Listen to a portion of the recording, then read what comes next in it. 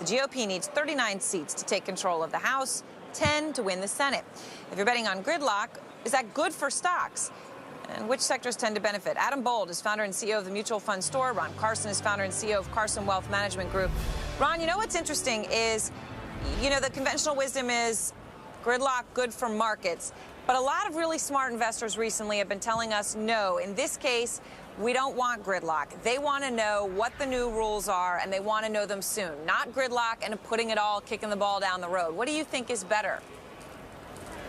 Well, I think gridlock in the past was probably good because you had things fundamentally okay, but things are broken. What we need today is decisive leadership and action, and you're not going to get that with gridlock. I mean, if you think about it, in the last decade, we've had 250% declines in the market. And if you go back 10 years ago, things were actually better then than they are today.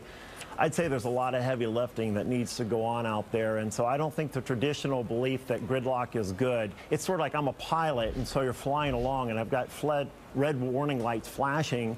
And to say, well, somehow it's good that I'm not going to land and have a mechanic look at it. That plane can fly for a while, but eventually, if something isn't done and done soon, it's not going to be a pretty sight. Well, Adam, see, here's the problem. There's going to be some kind of gridlock because you've got a Democratic president, right? So right. I mean, we're left in a situation where unless these guys decide that they're going to work together, I'm looking for a polite word, we're toast.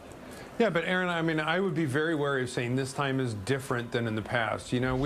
I remember being with you over the summer and people saying, oh, well, we've got this oil leak in the Gulf and this and this, and the markets can't go up. And I said, yeah, no, the markets can go up. And I mean, I think for stocks, the likelihood is that the next decade ends up being a lot more like the 80s than it was like the last decade. And I think that the individual investor needs to stop investing with the rearview mirror. I think they need to stop focusing on all these little negatives because, as I heard earlier on the air, this country has the ability to persevere through a lot of terrible things, and I think we've got a lot to be thankful for and a lot to look forward to going forward. Persevering is one thing. Prospering is entirely different.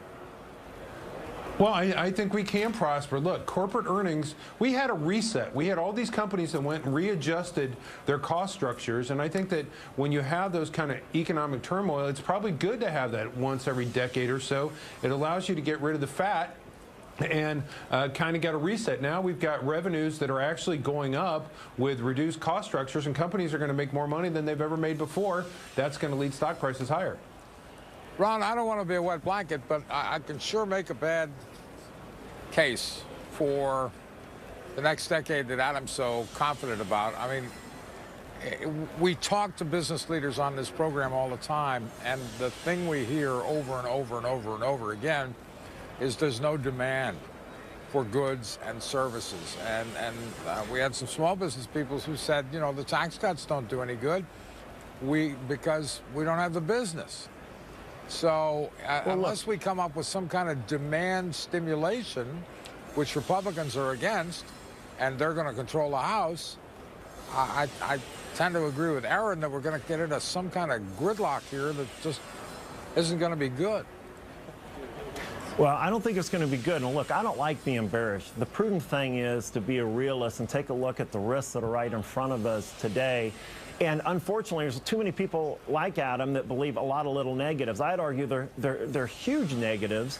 And when we actually start dealing with them, and at some point, we may not be dealing with these negatives on our terms. It may be outside forces that force us to deal with them. And so I would be very cautious here. I think that there's a little upside in the market. Yeah, I think we're going to get through the election. We could get a rally. We're going to have QE2 out there. And could we go up 8 or 10%? We possibly could, but there's a heck of a lot of downside in it. And I think investors need to be prepared.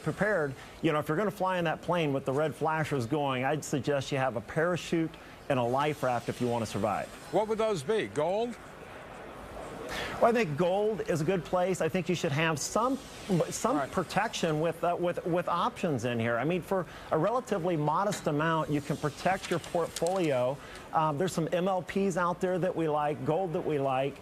There's actually, some preferred stocks in there. So I don't think you need to swing for the fences. I think you should accept low single digits, be able to survive to fight another day, because I think we will get a major reevaluation adjustment, and that'll be the time to load up. But the world is smoking hopium right now, and they got to get off of it. All right, Adam, Ron, thank you very much. We appreciate it. Thank you.